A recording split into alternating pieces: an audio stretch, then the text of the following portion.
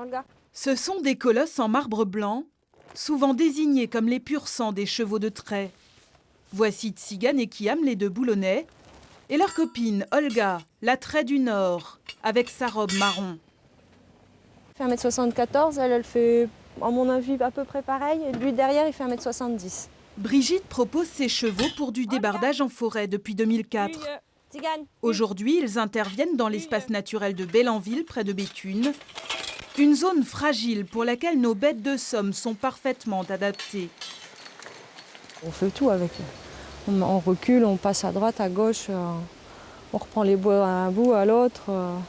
Ultra maniables, ils sont aussi hyper costauds, capables de tracter jusqu'à 900 kg. Ils peuvent traîner leur poids, ouais. En général, les traits du Nord sont quand même assez calmes, très tranquilles, très puissantes.